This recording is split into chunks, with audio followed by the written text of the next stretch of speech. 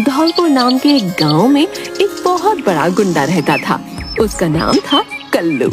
कल्लू कई तरह के बड़े बड़े जुर्म कर चुका था। उसके 4 चेले थे जो उसके हर गुनाह में उसका साथ देते थे। पर अब कल्लू चोरी और किडनैपिंग करके थक चुका था। अरे बिल्लू सुन, तुझे तो पता है अब तेरे बॉस की उम्र भी हो गई है और अब इस धंधे में कुछ ज्यादा रहा नहीं। मैं सोच रहा था कि क्यों ना कोई रापचिक सी लड़की देखकर शादी कर ली जाए, क्या बोलता है? बॉस आप भी अच्छा मजाक कर लेते हैं। भला आपसे शादी कौन करेगी? सारा गांव जानता है बॉस कि आप कितने बड़े गुंडे हैं। अब गांव में तो कोई भी लड़की आपसे शादी नहीं करने वाली। हाँ बॉस ये सही कह रहा है। कल्लू उन्हें गुस्से से देखता है। अब अगर आपको शादी करने का इतना ही मन है बॉस, तो मेरे पास एक आइडिया है।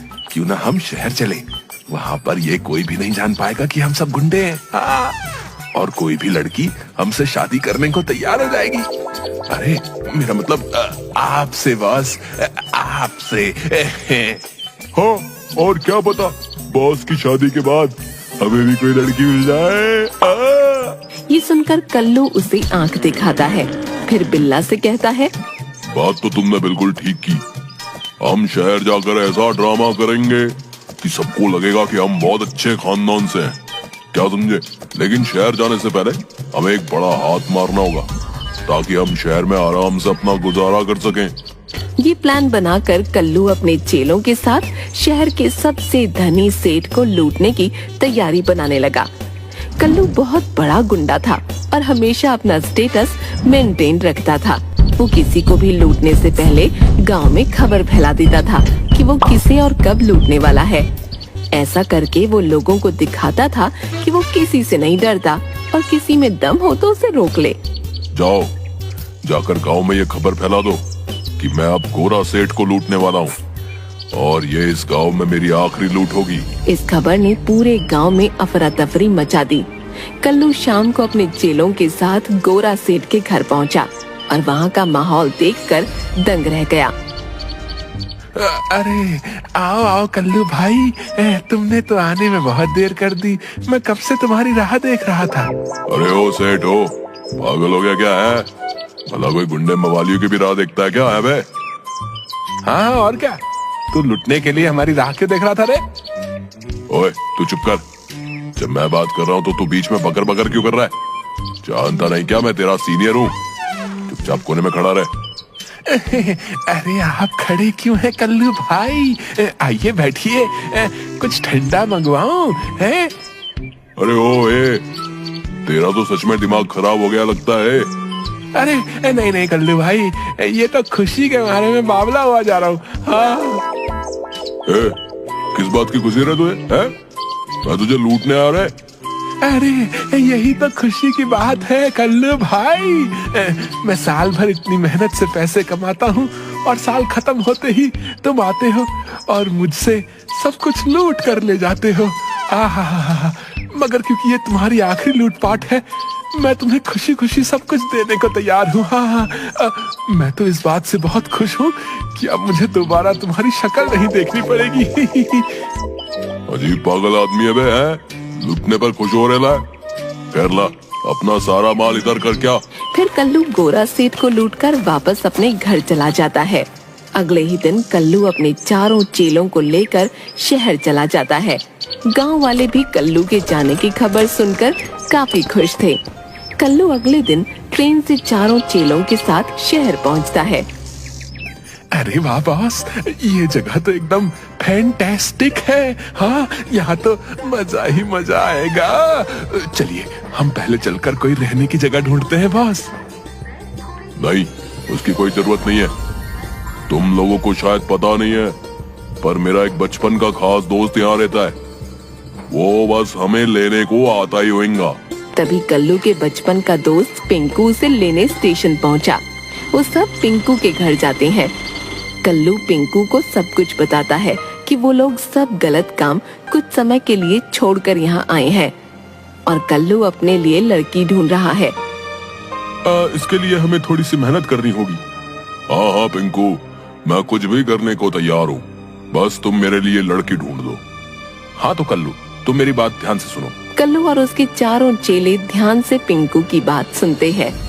देखो, मेरी नजर में एक बहुत अच्छी लड़की है। मेरे घर के सामने ही एक घर है और वहाँ एक लड़की रहती है। उसका नाम कविता है। वो अकेले रहती है और वो एक टीचर है। पर दिक्कत यही है कि वो थोड़ा मॉडर्न टाइप की है और तुम ठहरे एक गुंडे। अब मेरे ख्याल से तुम्हें थोड़ी सी अंग्रेजी सीख लेनी चाहिए और खुद को पूरी तरह से चेंज कर लेना चाहिए, अपने कपड़े से लेकर अपने बालों तक। और तुम्हें उससे ये छुपाना होगा कि तुम गुंडे हो, समझे? बाकी तो सब ठीक है पिंकू, पर भला अपन को उससे ये काय को छुपाना होगा कि मैं एक गुंडा हूँ? क्या ये गलत नहीं होगा क्या है? अरे यार कल्लू, अगर तुम उसे जाकर ये कहोगे कि तुम गुंडे हो और गांव से आए हो, तब तो शायद वो तुमसे कभी शादी ही नहीं करेगी। समझ नहीं रहे हो तुम? एक बार तुम दोनों की शादी हो जाए, बस फिर उसे बता देना कि ये सब झूठ था, है कि नहीं? कल्लू को ये सब गलत तो लगता है, पर उसके चेलों और पिंकू के बार बार कहने पर वो मान जाता है। अगले दिन कल्लू के चेले उसे लेकर एक बार्बर के यहाँ जाते हैं और उसको नए कपड़े खरीद कर देते हैं। शाम को जब कल्लू घर आता है और पिंकू उसे देखता है, कल्लू अपने बाल मॉडर्न स्टाइल में कटा चुका था और उसने शर्ट पैंट पहन रखी थी। तब पिंकू, अरे वाह कल्लू, ये तो कमाल ही हो गया है। जैसा मैंने कहा था तुमने ठीक वैसा ही किया। अब लग रहा है ना तुम गांव के गोरे, अरे मेरा मतलब है कि शहर के गोरे। हाँ। अगले ही दिन पिंकू एक इंग्लिश ट्यूशन टीचर को घर बुला लेता है और उसे कल्लू को कुछ इंग्लिश के 2-4 बातें सिखाने को जल्द से जल्द बोलता है। चलो कल्लू, बताओ, हाउ आर यू?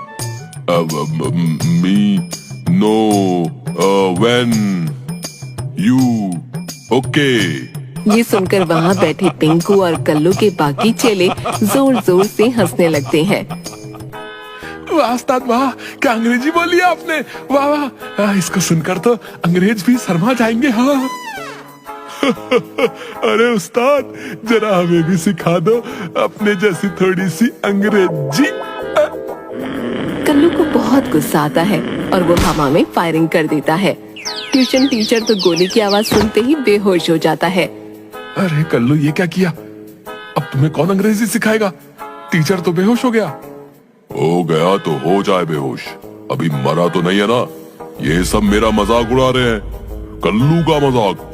हाँ भाई, किसको अंग्रेजी सीखनी है? मैं अभी सिखाता हूँ। सारे चेलों की सिट्टी पिट्टी गुम हो गई और वो वहाँ से भाग खड़े हुए। इसके बाद अगले दिन बहुत मिन्नतें करने के बाद वो इंग्लिश टीचर वापस आया और कल्लू को थोड़ी बहुत अंग्रेजी सिखाकर चला गया। अगले दिन कल्लू अपने चेलों और पिंकू के साथ उस लड़की के घर जाता है, वही सूट पैंट पहनकर जो उसके चेलों ने उसे दिलाया था। कल्लू ने अपने बाल भी जेल से सेट कर रखे थे।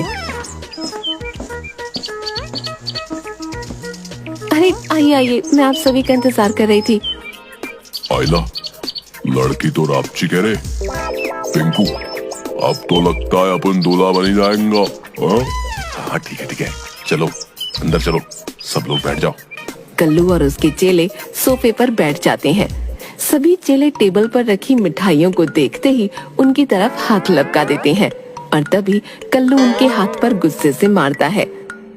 अरे बॉस, हमें तो खाने दीजिए कम से कम। रे, थोड़ी देर सब्र कर बे, कम से कम बात तो पक्की होने दे, बाद में खा लेना जो भी खाना है।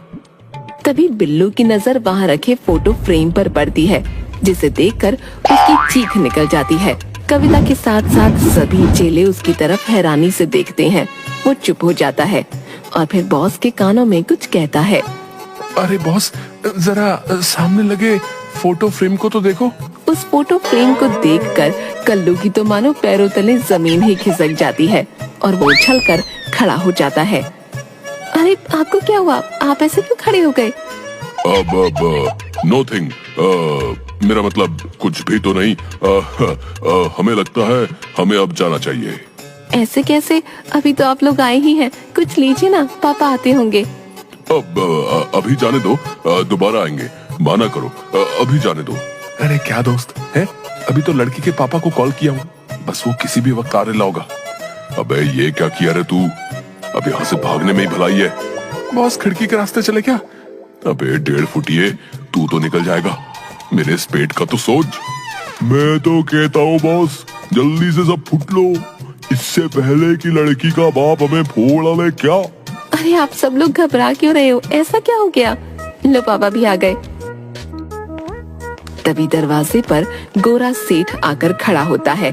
उसे देखते ही सब लोग किसी न किसी तरह अपने मुंह को ढक लेते हैं। अरे बेटी, ये सब लोग अपना मुंह क्यों छुपाए खड़े हैं? कुछ नहीं सेठ जी, बस जरा शर्मा रहे हैं। पहली बार लड़की के बाप से जो मिल रहे हैं ना। और कुछ खाया तक नहीं अभी। अरे सेठ, हमें यहाँ से जाने दो, मुझे कोई शादी नहीं करनी है। ये आवाज तो जानी पहचानी सी लग रही है। कल्लू, तू और मेरी कविता का रिश्ता मांगने आया है? अरे नहीं नहीं सेठ, वो अबे चलो बे। अबे जग्गू, कालिया, गोपी, सब कल्टी मार लो, नहीं तो बहुत पिटोगे। चलो।